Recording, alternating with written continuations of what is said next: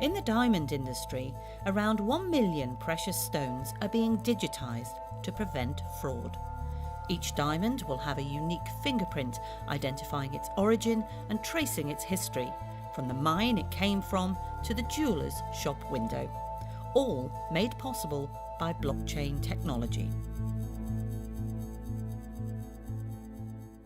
Blockchain is a new way to store and record transactions. It's very much like a traditional database, but the blocks are linked together cryptographically in order to make sure that they're tamper-proof.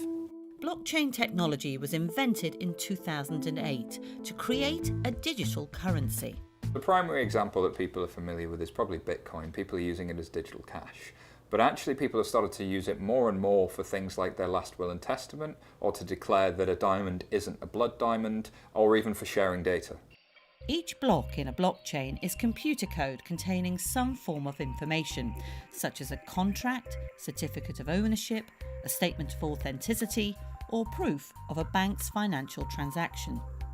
But each block of information in this computer database is securely connected or chained to the other through a digital signature. If you're trying to send money to relatives, it can take 3, 5, sometimes more days to move the money. And that's because we have to be very certain about where's the money gone to.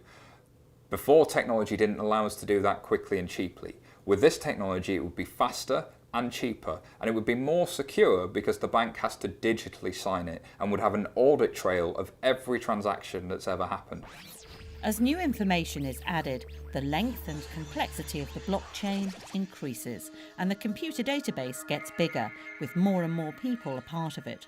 But if someone makes an unauthorised change, everyone else in the chain can see where it happened and agree whether the change is valid or not.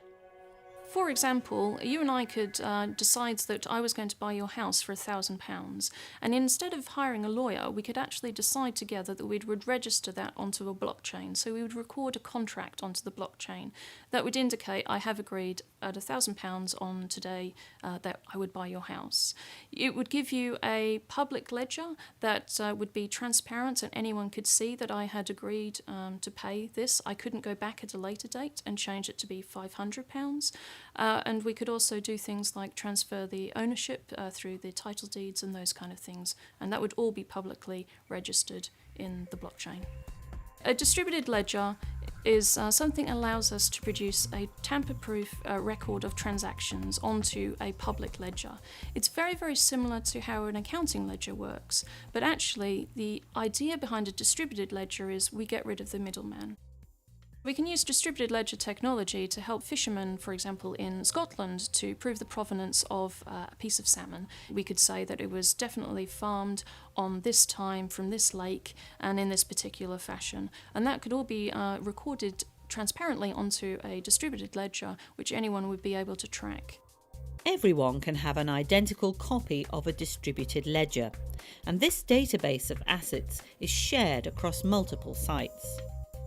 While nothing is invulnerable to cyber attack, hacking it is extremely difficult. If you had a distributed ledger with 1,000 computers on it and you had stored a contract into that ledger, someone wanted to come in and hack and change some of the information on that.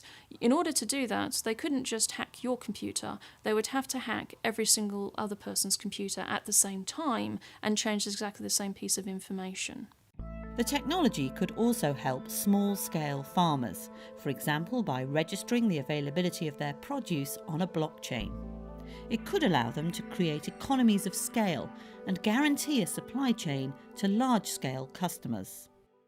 Within government, there are a number of potential applications for distributed ledgers that could revolutionise the way it works and the delivery of public services.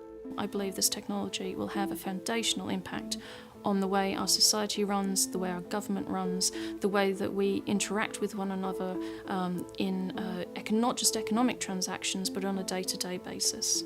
I think blockchain technology is at least as significant as the development of the internet. If the internet brought us near-instant digital communications, then the blockchain brings us near-instant digital asset transfer, asset movement, and security of data movement. That's really, really important to everything in financial services, anything with property or anything with ownership, which is massive for the economy.